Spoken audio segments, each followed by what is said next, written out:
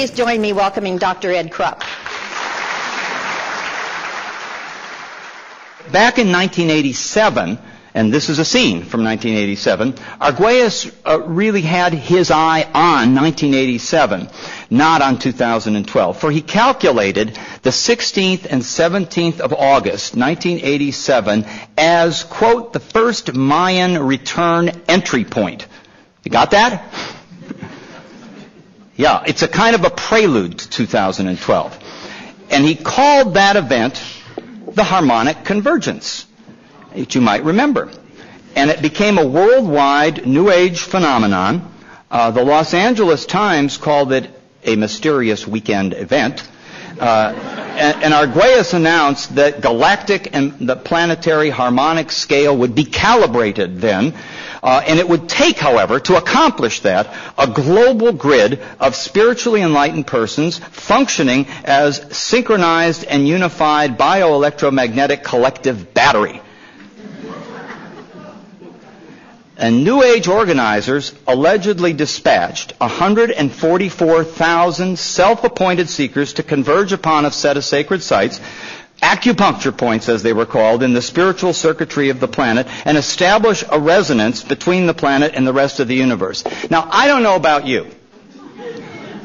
I don't mind these thoughts, but it's that self-appointed seekers business. I'm not sure I want to trust the planet to 144,000 self-appointed seekers, but they went out, and we seem to be okay. So there were 13 of these nodes, including ancient Casa Renconada, of course, here in New Mexico's Chaco Canyon, and you can read a lot more about this kind of stuff elsewhere. Cartoonist Gary Trudeau could not let the harmonic convergence go unacknowledged in Doonesbury, and he outlined the two most likely possibilities, which you may be reading there as you go through. On the one hand, the Earth would experience a new age of insight and understanding of mass unification of divine and earth plane selves. Alternatively, it might just bring nuclear annihilation. Either way, there will probably be a crafts fair.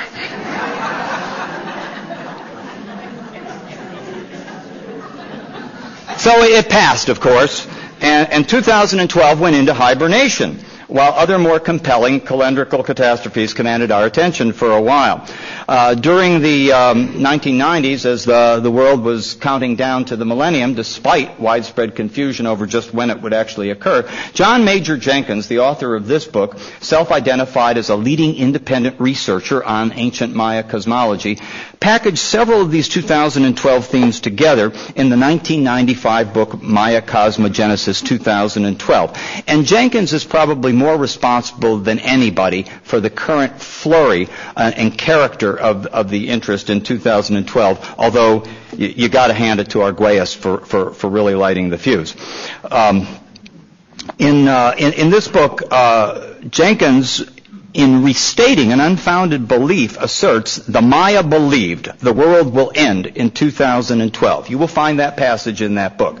The Maya didn't believe that. And then he attempted to understand why Baktun 13 ends in 2012. He wasn't satisfied with Jose Arguelles' intergalactic beam.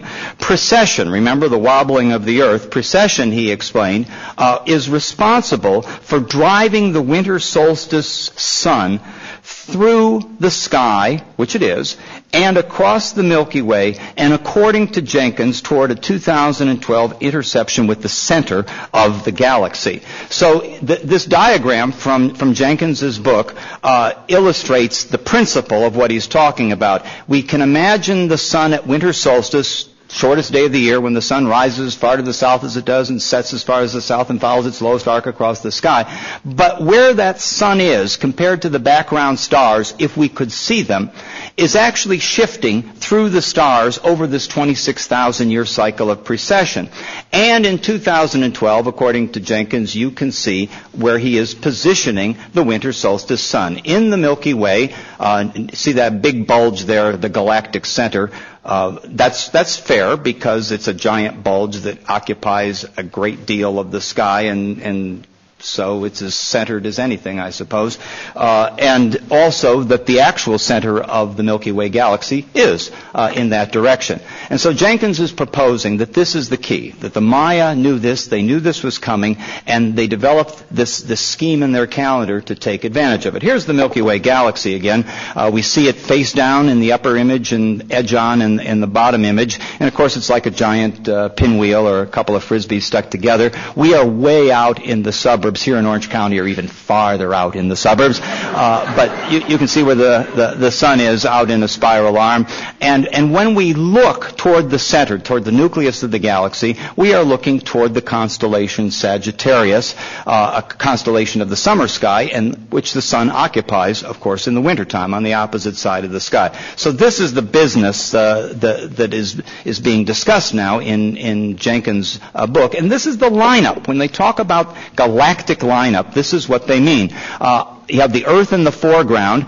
You take the line of sight to the sun at winter solstice and keep on shooting across the solar system out to the distant realm of the stars, and the Milky Way is crossing there and crossing through the stars of Sagittarius. This is the so-called alignment, the galactic alignment that is so much a part of all the discussion, and that is allegedly going to cause all kinds of strange things to happen once we get lined up like this. So this is evolved. This has evolved from Jose Arguelles's transcendental beam, but still involves the idea of the center of the Milky Way galaxy as being a key part of it. And Jenkins says that it will, in fact, coincide with a tremendous transformation and an opportunity for spiritual growth and a transition from one world age to another.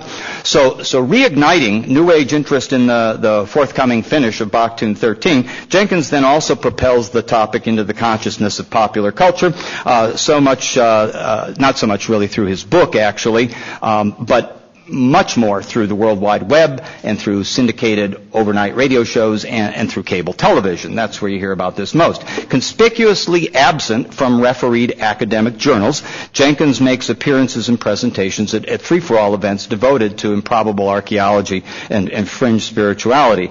Jenkins sees a very rare alignment destined to occur. And this is just another diagram of that sort of thing. The progress of the sun over thousands of years is represented by those positions A, B, and C, and we are right about where it says for C right now, for the winter solstice sun crossing the Milky Way. The issue is how well is this defined and how important is this anyway? As I said, Jenkins sees this very rare alignment destined to occur on the December solstice of 2012, a very precise alignment. And he celebrates the precision of this ancient knowledge and says that the alignment culminates on that day. And that's why there is all of this attention on that particular day, along with the Baktun 13 business. So with detail not found in any other interpretation of 2012, he links the calendar's alleged finale with astronomical observations that he attributes to the ancient Maya and with very selective interpretations of Maya myth. Fundamental astronomical reference systems cannot pinpoint the galactic alignment as described here to a year, much less to a day. The alignment relies on several astronomical conventions, including the galactic equator. The whole idea is that the sun is crossing at the winter solstice the galactic equator. Where's the equator? The Milky Way isn't telling.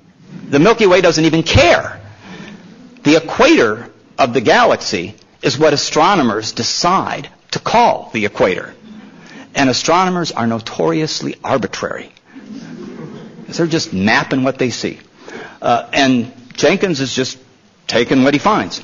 So you'll find a variety of renditions of all of this, of the Milky Way, but there is no reliable precision available to define this kind of thing in an alignment to a specific date like that. It's actually much worse than a year. If you start bringing all of the different effects in, it gets worse than 10 years. It gets worse than centuries. So if this galactic alignment is actually going to occur as advertised, it turns out we actually have about a 900-year window that's valid. I mean, he includes the whole ecliptic. Well, the ecliptic isn't a thin line. The ecliptic is the whole band of planets. He himself says so, and he includes Pluto. So that makes the whole thing even wider and introduces, again, more uncertainty, more error that makes it impossible to identify this event with the December 21st date. Does it more or less happen? Sure. Is it meaningful, and did the Maya know about it? No data whatsoever. Does it matter? Probably not. Actually, the winter solstice sun never intercepts the center of the galaxy, as well as modern astronomy is able to identify the center of the Milky Way galaxy, and we're actually pretty good at that now with infrared telescopes in space and remarkable observations of the motions of stars in the inner part of the galaxy with the Hubble Space Telescope. So mapping the core of the galaxy has gotten quite good, and GC on the map there is where the center of the galaxy is. The ecliptic up there, that dotted line, is the line that the winter solstice sun gradually moves along as it cuts across this part of the sky. At no time does the winter solstice sun ever line up with the center of the galaxy. It never did, it never will, and it's all arbitrary to Earth anyway. But you will hear claims to the contrary all the time, that we have an alignment coming with the center of the galaxy. It just isn't true. So, what's wrong with this calendar? Well, despite repetitious claims to the contrary, there's really no evidence to indicate the ancient Maya saw the calendar and a world age ending either in rapture or catastrophe on the 21st of December 2012. There's virtually no evidence that they attributed any remarkable importance to that year whatsoever, and some Maya long count texts actually refer to dates far in the future from now, thousands of years past December 21st, 2012. For example, an inscription commissioned by King Pakal at Palenque in Chiapas in southern Mexico in the 7th century A.D. predicts the commemoration of an anniversary of his accession to the throne on the date of the 15th of October, 4772. That is optimism, let me tell you. In all of the long count texts discovered and transcribed, all of them that have been found so far, only one even mentions this date of the ending of Baktun 13. This is Monument 6 from Tortuguera, a Maya site in Tabasco, and the text is damaged, but what does remain and is translatable does not imply anything about the end of time. So that's what's wrong with the calendar. What's wrong with the astronomy? Well, the Maya calendar, that's Tortuguera, by the way, that's the monument I just mentioned. The Maya calendar doesn't offer anything particularly unique for the winter solstice 2012, and the astronomy mobilized to support it is even more questionable. As you've seen, the year 2012 allegedly links the winter solstice sun lodged in the Milky Way with the center of the Milky Way galaxy, and the center of the Milky Way galaxy is identified by most of these 2012 authors as an astrophysical source of creation of the galaxy's stars and the solar system's sun and planets. And through this statement, then, you get these additional credibility because they link it with the Maya creation myths and the beginning of the Maya calendar. In fact, none of this is the case. Certainly the core of the Milky Way galaxy and not the actual bulge or the in Sagittarius come anywhere close to the winter solstice sun, but in fact the core of the Milky Way galaxy has absolutely nothing to do with the creation of the stars in the Milky Way galaxy or of the sun and the solar system. If anything, the center of the Milky Way galaxy is devouring stars with the giant black hole that's incorporated there. So if there's a 2012 catastrophe going on, it's going on for something that's getting sucked into the core of the galaxy right now, but we're not a part of it.